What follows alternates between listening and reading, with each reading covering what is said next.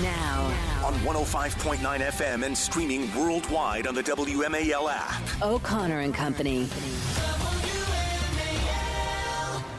5:06, it's Monday morning, and it's a big news day. By now, you know the big news. That President Biden has withdrawn his name from consideration for the Democrat nomination for president, an unprecedented move since he has already gone through the primary process of gathering all of the votes and support to secure that nomination. Very different than what Lyndon Johnson did in 1968. He has thrown the entire presidential election into turmoil, upheaval, chaos. And now the Democrats will begin a very undemocratic process to decide in a vape-filled room who their nominee would be. It appears that people are coalescing around Kamala Harris, so I guess the best thing I can tell everyone is to get ready for this. Poor hubby. Poor hubby. No.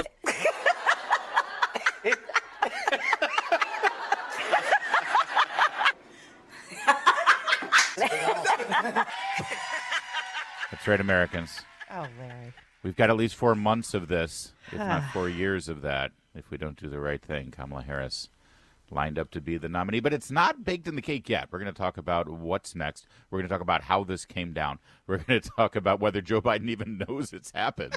At 6:05, James Rosen, White House correspondent for Newsmax, will join us. At 7:05, Joe DeGeneva on the legal aspects of what the Democrats are trying to do. 7:35, Matt Schlapp of CPAC. 8:05, Tom Fitton of Judicial Watch. I think Tom's joining us about the very important hearing today with the Secret Service head, the Secret Service director under oath, with huge questions and revelations about the lack of security for Donald Trump on that day he was nearly assassinated. And then at 8:35, Tom Bevan, Real Clear Politics. Is Kamala Harris even a better choice for Democrats at this point than an infirmed Joe Biden? All of that coming up, and I'm so happy to have Julie Gunlock with me to good morning. What a great lineup. Make it through this. Yes, Julie. And thank you. We broke in with special live coverage yesterday afternoon here on WMAL for nearly 4 hours, so I feel like I've already done this show. I said this to you this morning. I said, do you have anything left? We have plenty left, and plenty developed, actually, after we went off the air at 6:30. Julie, and thank you for joining me yesterday, great. As well as Chris Plant and Vince Colonnese. And I loved it when you said, what am I interrupting? Like I'm sitting at a winery. I was like, oh, well, I'd take a break from laundry. Exactly. I wanted to talk.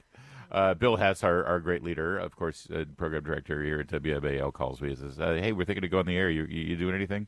No, I'm not doing anything. Sure. Let's go. Radio's my life. I loved it. It was great. And loved the phones were absolutely jammed. And listen, if you guys want to chime in this morning as well, we'll be able to take your phone calls so you can give us your opinion, your take, your predictions on what this means. Does this help? Does this hurt? I'll tell you this. Let me start with this, if we could. There's so many different angles to get to. But I want to put out some observations that Donald Trump made on his Truth Social account.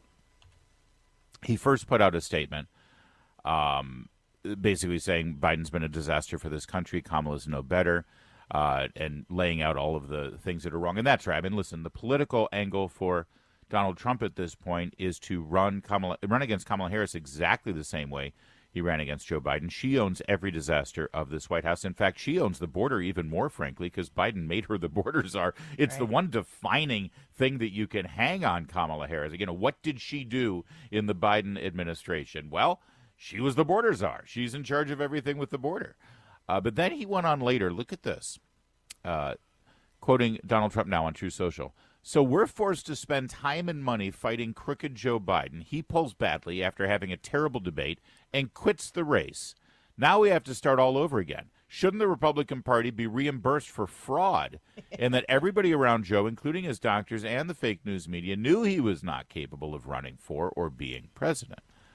And I think that it's a fair point. Yeah. He then went on to say later, this was at around 10:20 p.m., it's not over. Tomorrow, crooked Joe Biden's going to wake up and forget that he dropped out of the race today. But, the idea that we've all known that this was happening. And now they're talking as though this was brilliant. Listen to Rachel Maddow yesterday, talking about how brilliant it was for Joe Biden to time this the way he did. Listen. Biden was going to stay in. They were measuring the drapes. looking at the polls and bragging about their sure, absolutely guaranteed victory. What Trump's pollster last week said was between 20 and 25 different paths to victory in the electoral map. He said after we got to about 25 different paths to victory, we stopped counting. They have been so sure. President Biden, perhaps cannily, waiting until the supremely self-confident Republican side locked in their ticket. Waiting until Trump picked the most radical, the most ideologically extreme, and even eccentric choice for his running mate. Waited until that was locked in, and then today, 1:46 p.m., boom. Today, Donald Trump's remarkable recent run of political good luck came to an end.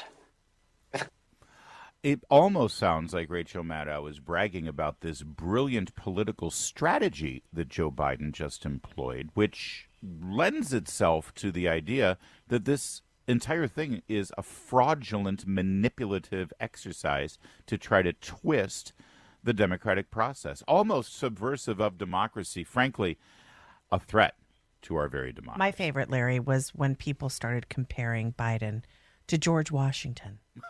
No, did you see it? Did you see it yesterday? They were saying it is one of the greatest, most patriotic things. It reminds me of the sacrifice, George Washington. When they offered him king, he refused it for the good of the country. Are you kidding me? Yeah, there was an awful lot of slobbering about Biden's selfless choice, which of course now has resulted in ignoring 14 million Americans' votes, and throwing the Democrat Party into absolute panic about what to do. But yes, he's a very selfless man. I just don't know how you get from A to B with these people. You know, there's a big difference between Joe Biden's decision here and George Washington's decision. You think? I don't know my history too well, but you know, George Washington relinquished command of the Continental Army here in Annapolis, Maryland. If you go to the State House, which is the oldest functioning state house in America for the state of Maryland, it's a beautiful Capitol building, and they have enshrined the same room where he relinquished his command. It was a brilliant one, but I don't remember that every day leading up to the moment he relinquished his command of the Continental Army, I don't remember him saying, "You're damn right, I'm going to be king. I'm king. I deserve to be king." I'd like to see anyone else try to be king. These elites who think they know better. I don't remember George Washington. Here's the thing. 6 days ago, George Washington didn't say this. We knew this was going to be a close race from the moment he announced. What? The idea that we are in a situation where, if you look at all the polling data shows a lot of different things, but there's no wide gap between us. It's essentially a toss-up race. Do you feel like you've weathered the storm on this issue of whether you should be on the ticket or not? Look, 14 million people voted for me to be the nominee in the Democratic Party. Okay? I listened to them. That was 6 days ago. Yeah. Yep. And now he's George Washington. Yeah, he's so selfless. Well, there's more to discuss here, and we shall get to as much of it as we can, and we do want to hear from you, too, at some point. 888-630-9625. Larry. Yeah. Are you really going to do that for 4 I just months? want to have it at the ready at any time, so everybody knows exactly what we're dealing with. It's 5:15. WMAL traffic and weather every 10 minutes. First on the fives is nothing to cackle at. Here comes Jamie Whitten at the Hadid Carpet Cleaning Traffic Center. Oh, no, Steve Hirshorn. You take it away, Steve. I-395 southbound as you head down past Glebe Road towards Shirlington. There was a work zone, still pretty slow there, southbound 395. Then on 95 southbound, very heavy from before 234 Dumfries down toward Triangle, where there was some road work only allowing the left lane to get by, and now an accident reported in that same area. Northbound 95 and 395 moving smoothly, no problems there for your early Monday morning. Around the Beltway we're okay, 66 eastbound from Manassas to Centerville, continuing all the way toward the interchange with the Beltway delay-free and incident-free. Now from GarageDoorRepair.com, the WMAL Storm Watch 7 forecast. You want weather? We'll give you weather. You deserve a little weather in your life. Today we've got cloudy skies with showers and maybe even some thunderstorms likely. Heavy rain possible at times with a high of 84 degrees. Tonight the storm's ending late into the evening, then cloudy and muggy overnight with a low of 70. Tomorrow you'll start your day sunny with maybe a chance of showers. It will be humid with a high of 91. And Wednesday is mostly cloudy with some showers and a high near 89. Right now it's 78 degrees at 517. WMAL. Making sense of the news. Live. From the Home Paramount Pest Control Studios. Home Paramount, the leader in pest control since 1939. But now the DNC and the Democratic Party they're going to run a process, is my understanding. And the process is going to be, the goal of it is to make the vice president look strong and be strong at the end of the process. So that means that's what we're going to see over the next couple of days. We'll learn a lot more about what that looks like. What kind of a process? I mean, like a competition?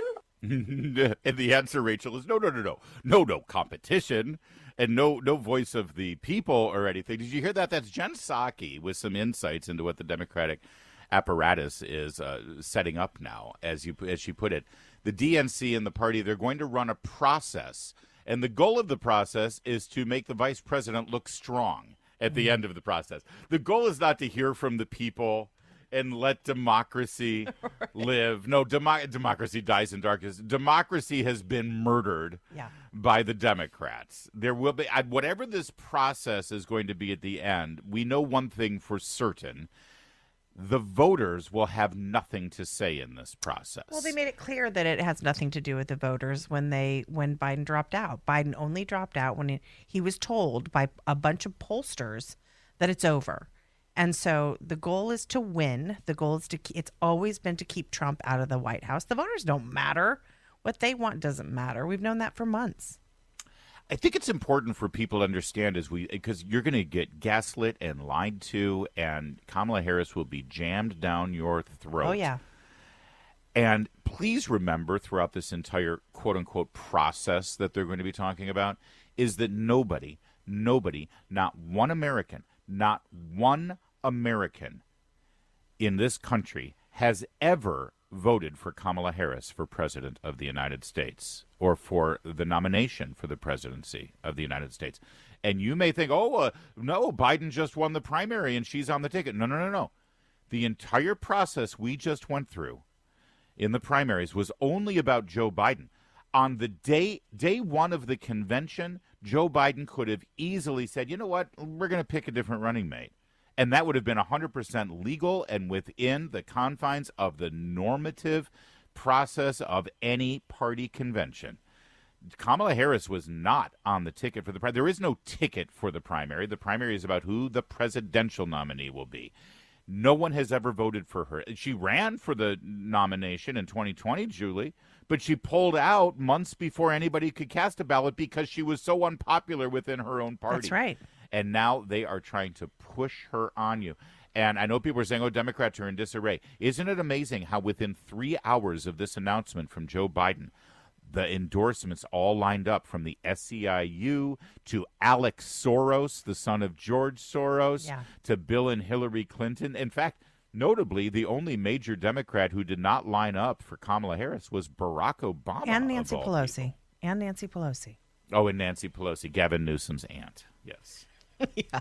Thank you. Yeah, but Obama is a kingmaker. We know that. We know that it wasn't until Obama's support for Biden dropped that it was really curtains for Biden. And without that endorsement, that tells you something. They are, the sort of narratives out there. Oh, we're going to make her look good.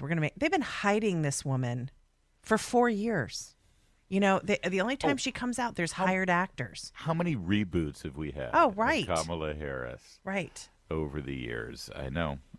But trust me, now she's going to be like, well, listen, if Joe Biden's stepping down as he's still hanging on to the doors of the Oval Office with his fingernails dug into the wood, if he's George Washington, Kamala Harris is the, second coming of... Well, I don't know who I would be. I wasn't ready for this analogy that I had to set up. I apologize. I'll have it soon. Speaking of Joe Biden, clinging on to the doors of the Oval Office. It's notable, I think, to point out that he is still president of the United States and, as of now, intends to be president of the United States all the way up to the end of his term. Now, this means quite a bit politically for Kamala Harris or any Democrat who ends up getting the nomination. There's rumors now Joe Manchin might be throwing his hat into the chaotic process. But no matter who it is, they now are tied to whatever Joe Biden does as president between now and Election Day and beyond. That means any pardon that he issues, the Democrat nominee, whoever it is, will have to own that. Unless they intend to separate themselves. It's pretty hard for Kamala Harris to separate herself from the Biden presidency. And the fact that he's still there, he'll still make decisions. He's not going to just be there for photo ops. Well, my question, are we going to see much of Biden? We certainly haven't seen him. I know he's got COVID, but we certainly have not. I mean, there have been speculations. Does he know he resigned? Yeah. Has he been asleep? Like, who's controlling his social media? Who wrote that statement? Well, it's a good question. His schedule has been cleared for the week. Not that that's a big difference anyway. He calls a lid at noon. Noon, yeah. There was open speculation yesterday about how strange this announcement was and the fact that we don't even have a still photo of the president signing this letter that he issued on social media. So weird. That the entire thing was done on social media, and he promised that he'll give an address later this week about this monumental and historic and unprecedented decision. Where is Joe Biden? And yes, I think it's fair to say if he was fully on board with this decision that has been made with or without him. We'll get into all of those aspects as well as your calls at 888-630-9625. History in the making. We have a front row seat right here on WMAL. Now on 105.9 FM and streaming worldwide on the WMAL app. O'Connor and Company. Well, if you're just waking up here and you went to sleep, and really I'm just talking to President Joe Biden. If you're just waking up and joining the conversation that we've been having for nearly 24 hours, Joe Biden has announced that he will not seek the nomination of his party, even though he's already secured it. He's less than 30 days away from the Democratic convention, about 100 days from Election Day, and we've never seen anything like this. But we'll figure it out, and we'll work together on making sense of it. That's what we do here on WMAL. And yes, President Biden, if you'd like to call in and give us your opinion about what's just been done to you, we'd love to hear from you at 888-630-9625. In fact, tell your comms people we'll give you the hotline. But everyone else, we'd love to hear from you as well at 888-630-WMAL. A few have lined up here, and we're going to get to you as well as more developments that we're learning, including what the president's brother had to say, which is eyebrow-raising. CBS News reporting late last night. Also coming up at 6:05, James Rosen of Newsmax, 7:05, Joe DeGeneva, 7:35, Matt Schlapp, 8:05, Tom Fitton, and 8:35, Tom Bevan. I'm Larry O'Connor, and that's Julie Gunlock. Morning, Julie. Good morning. By the way, alongside all of this news is the fact that today the director of the Secret Service will be under oath answering some very pointed questions before a House committee. This obviously in the wake of the recent revelations about the lack of security that was provided for President Donald Trump, the leading candidate for president this year, and of course the former president of the United States, and a man who does huge, giant outdoor rallies, and, oh, by the way, is a man who the president, his entire party, and the entire media and cultural apparatus have told the American people, including those unhinged individuals who would use violence against a political enemy, that he is, in fact, Hitler, that he is a man who is going to ruin our country, put an end to the democratic process, and shred our Constitution. And so, of course, he's the guy that doesn't get quite as much security as a candidate normally would. And they're admitting it now. Alejandro Mayorkas, of course, as you know, openly denied any reports that the Secret Service had denied past requests by Trump's campaign for tighter security. And now, right before this hearing, the Secret Service has acknowledged that it has denied some requests by Donald Trump's campaign for increased security. This is coming from ABC News, Washington Post, and the New York Times. Also, we are learning that Jill Biden, the First Lady, who had a concurrent event in the western Pennsylvania area outside of Pittsburgh, she had 12 additional, what's the term I'm looking for? I'm sorry, postminder. Sorry, I had it right there, and it just post standers. Post standards. Okay. She was given 12 post standers at her event and at the Trump, which was a closed, tight event for the First Lady of the United States, who, as important as her life is, and you want to protect her, she is not in line for the presidency. Right. She is not, somebody who could get into the Oval Office. She was given 12 post standers. Donald Trump at his event was given 3. Now, what is a fast? A post stander is an agent assigned to a post at a certain location, which is on a security plan diagram. On the day of the event, a post stander arrives several hours before the personal protection detail arrive. They do a bomb sweep of the venue, and then these agents, inside and outside the perimeter of the event, remain at their posts for the duration of the event. In other words, it's the kind of personnel that would have stopped and prevented this person from taking a shot at Donald Trump's head. They only had 3 at Trump's event. Jill Biden, the First Lady, had 12. Go ahead, Julie. No, I was just going to ask you to explain what a post standard was. I didn't really understand. Sorry, and you went right there. And again, they're admitting. So listen, tons of questions for them today, and of course, Cheadle, the director of the Secret Service, is going to deflect and say, "Oh, it's under investigation, and for national security purposes, we can't release that information," and on and on and on. There are some great reporters doing some great work on this, not least of which Susan Crabtree of Real Clear Politics. She has this internal Secret Service document provided by Chuck Grassley's office that specifically shows that Jill Biden had 12 post standers and Donald Trump only got 3. Alejandro Mayorkas, again, caught in a lie on this. If Republicans were smart, they'd be working alongside these reporters to hone their questions down. Don't spend your time speechifying. Don't spend your time pounding the desk and trying to get on TV or going viral. Now is the time to ask pointed, specific questions and get to the truth. And as soon as Cheadle or anyone else from the Secret Service shows that they're covering up the truth or deflecting, then you lay into them and you go at them and you demand their resignation.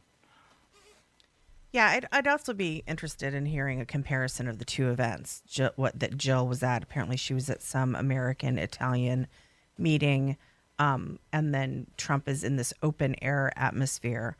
For 12 agents to be sent with Jill Biden and only 3. I'd like a comparison of those two events to see that literally the square footage, because that was a massive amount of space that Trump was in. There was a lot of, obviously there were some higher locations, like the roof of that building, within gun range of him.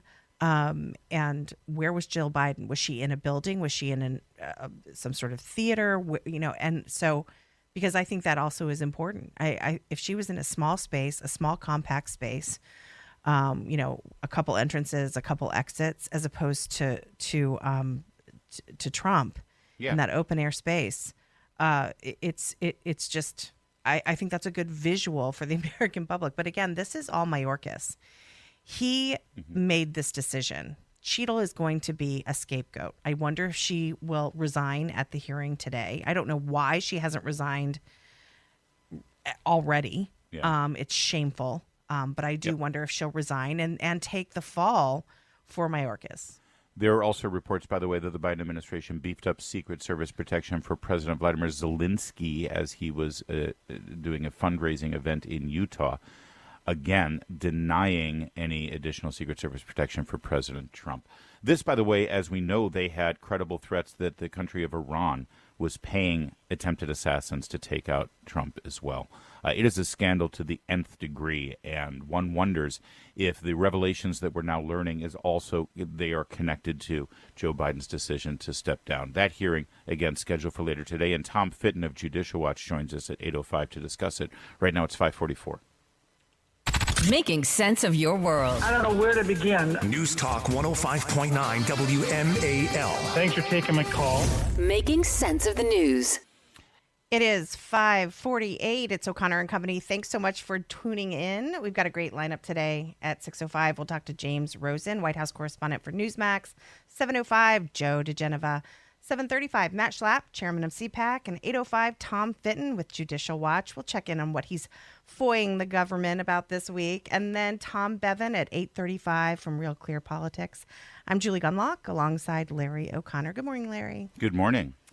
So, Larry, I feel like some folks are feeling a little worried that Joe has pulled out. I heard from a few friends this weekend asking me if I was worried. I am not worried. And I think part of it is because Kamala has somewhat of a functioning brain. And so they feel like, oh, dear, Trump's actually got an opponent. Yeah, I think people are unnerved because we're all set. We had a known quantity. Yeah. We knew what we were dealing with. Now, I guess it's a wild card, I suppose. Well, and also, I also think Trump was a little bit tested against Biden in that debate. We saw how Trump was reserved. He was in control. He let Biden sort of hang himself. And so that gave people confidence. They thought he can face this guy. He can do it almost with kindness and compassion, which was frankly unusual for Trump. People were impressed, and now he's going to go against Kamala. And I think people are a little bit worried about the woman factor. That's right. With Trump, but the polls don't look good. I'm not that worried because I'm looking at this is from NBC News. They report that several recent studies and surveys show that Harris is doing about the same as Biden when she goes against Trump. And we have several comparisons here. CBS, NBC News, Fox News, NPR. Not a lot of difference between Harris and Biden when put up against Trump. So will that hold? I don't know. Yeah, I don't either. These are national polls, number one, Yeah. and it's hard to know how that translates into the state-by-state polls, which is how we elect a president. Also, I want to see the five-way race, not just the head-to-head, because this will be a five-way race on a state-by-state basis. And here's the other thing, and I said this back in the day about these hypotheticals, okay? Whenever you poll something hypothetically, it's useless. Remember all the polls that said that if Donald Trump is convicted of a felony, that's it, it's over, he loses. Right. Because all these, would you vote for Donald Trump if he's a convicted felon? And it's like, yeah, I can't vote for him if he's a convicted felon. Well, where are those polls now? So I think that it's a wild card. It's up in the air. But one thing is for certain, Kamala Harris has to own every disaster that Joe Biden was responsible for. If you think Donald Trump was only winning because Joe Biden's brain was mashed potatoes, I think you're wrong. I think he was winning and doing well because of the failed policies. And Trump was very smart in his convention. They did not make the entire convention about Joe Biden's mental incapacity. They made it about his failed policies. And so Kamala Harris owns those. Also remember, Kamala Harris has sort of existed in this she's been sort of wrapped in cotton wool, right?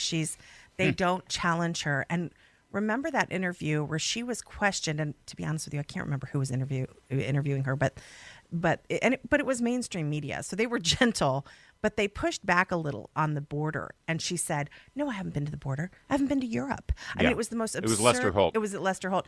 I haven't been to Europe either. It was the most absurd answer, which you can tell she has not been challenged. Mm-hmm. So I think sort of facing, if the media continues to be, look, I'm a huge critic of the media, but in that debate, I found the media, the host, to be fairly fair. So if she faces even a little bit of pushback, I don't think she'll do well. We've got more coverage of this story and more analysis and more angles on it. Rich in Newmark and Patricia in the district. We're going to get to your calls coming up in a moment, too, at 888-630-9625. One last thing on the debates, Julie. If the Trump team is smart, if there is a debate between he and Kamala, he should demand the exact same rules from the last debate because they worked in his favor. And I think that they will expose Kamala as the fraud she is, too. Don't talk over her, President Trump. Let her go. That's the worst thing. That's the last thing they want. It's 5:53.